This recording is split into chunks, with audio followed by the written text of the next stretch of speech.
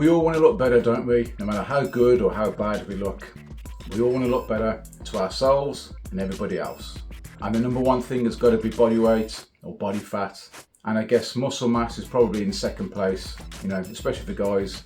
So these are two areas we're going to cover in this video to try and improve the way we look in our 50s. Now, if you're someone that wants to lose body fat but you don't want to put on any muscle because you're afraid of being heavier on the scales, please trust me on this. You're not going to be getting heavier if you're losing body fat. Okay, it takes a long time to put muscle on. If your focus is on losing weight, you're not going to be putting on much muscle, if any at all. Now, if your focus is on building muscle and losing fat, you can do both at the same time, even in your 50s. You just got to be a little bit more careful with your calories, etc. Got to get your calories right, your training right, okay, your overall nutrition, all that. Okay, weight loss. This is the single most important thing in terms of improving our overall physique. I think most people would agree with that. It's also the easiest thing we can do as well in terms of how quick we can improve the way we look compared to, say, putting on muscle. You also have all the health benefits that go alongside it as well, like, reduced risk of some cancers, coronary heart disease, type 2 diabetes. Obviously, if you're leaner, you look better, you feel better. Now, I'm not going to waffle on about losing weight slowly, even though that is what I did. I lost a crap load of weight a few years ago. But if you are going to try and lose weight quickly, I don't care who you are, where you're from, what you did, as long. Isn't that a song? Anyway, my point is, if you are planning on losing weight quickly, so 3, 4, 5 pounds a week, you have got to at some point make some changes to your overall lifestyle. Okay, so that's going to be more exercising or just more movement in general. Maybe adjusting your portion sizes and your overall calories. If you go back to what you were doing before, you will put that weight back on. So just be prepared. Whatever your weight loss goal is, if you've got a timeline for it, as you're getting close to it, I'd say just start incorporating these things. If you like exercising anyway, it's going to be a bit easier for you. And let's be honest, if you are losing 3, 4, 5 pounds a week, you're not enjoying yourselves, are you? Okay, not really. You might be okay for the first few weeks, but eventually it's going to slow down and stop. Now, I said I wouldn't waffle on about losing weight slowly. So, if you lose weight slowly, you won't be going to starvation mode where everything that moves is food. As your weight drops, your portion sizes will drop as well. You'll naturally want to start eating less anyway. You won't have the same appetite as you start losing weight. You're more likely to move around because you've lost weight. Yes, it will take longer, but you'll have a much higher chance of giving that weight off if you do it slowly. You'll also lose less muscle, you'll also lose less glycogen, and you can still enjoy all the things that you like, just in slightly smaller portions. Okay, rant over. Aim for about 0.5 to 1% of your overall body weight in weight loss per week. 3,500 calories and a pound of fat. Okay, 500 calorie deficit a day equals a pound a week of fat. Nice and simple. Now, putting on muscle is harder, it takes longer. You need to incorporate a good few hours a week in the gym. But here's a few tips if you want to gain muscle.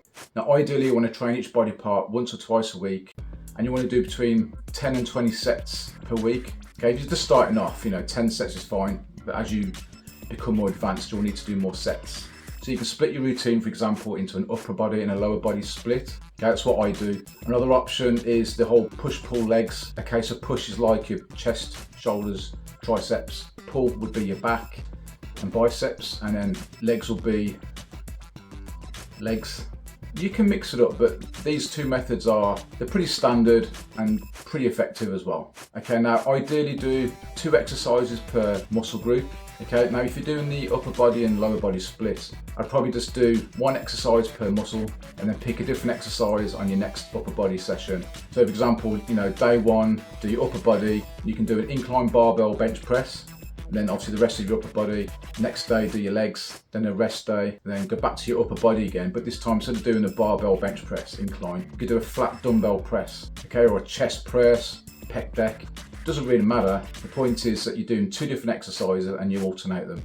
Don't do more than 2 or 3 different exercises per muscle group. You want to get good at that exercise first. Just keep improving as much as you possibly can on that first, and then pick a different exercise. If you do 2 exercises per muscle on the upper body, it's going to take a long time, especially doing 6 sets or 8 sets. So that's why I'd say recommend doing 1 exercise, the 1 session, and then another exercise in the next session. If you're doing the push-pull legs, you can just do 2 exercises per muscle. Now you want to train hard, okay? You want to get as close to failure as possible on, say, last 2 sets. Now I wouldn't recommend going to failure on every single set. I'll just get close to it in your first couple of sets and then maybe last set or last 2 sets.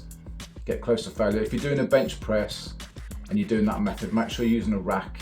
Okay, we'll have someone there spotting you. You don't want to be going to failure doing that and getting trapped under the bar, you know, or squats, something like that. And you'll want a 2-minute rest in between sets, sometimes more than that. If you're doing compound lifts, where you're using multiple joints, multiple muscle groups, okay, so bench press, squat, deadlift, you'll probably need more rest, maybe 3 minutes. Now take your time on the eccentric portion of the lift. That's when the muscle group that you're training is lengthening. This is where most of the muscle damage occurs, so you really want to take advantage of this part of the lift. Okay, so a couple of seconds on the eccentric and a second on the concentric.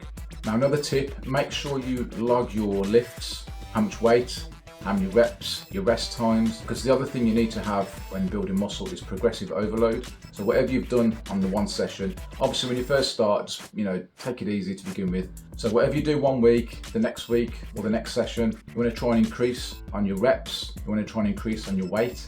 And a good rep range for building muscle is the good old-fashioned 8 to 15 reps. So you always want to be trying to improve on what you've done before. A thing you can do to save time if you're doing the upper body and lower body split, on the upper body part anyways, you can superset opposing muscles. If you're in a gym, it might be a bit difficult hogging 2 machines. If you're training at home, obviously it's a lot easier.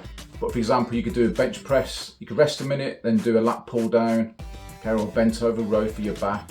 Go back to your bench press again. You're working 2 muscle groups, so they're not really affecting each other.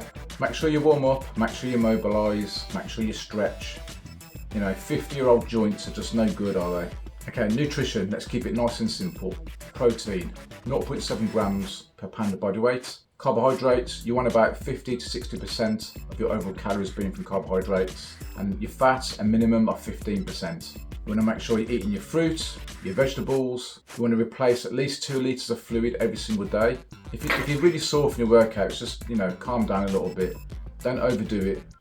And if you want to lose fat and build muscle at the same time, I have a video here you can watch where I go into a bit more detail over it, and I want you to watch that.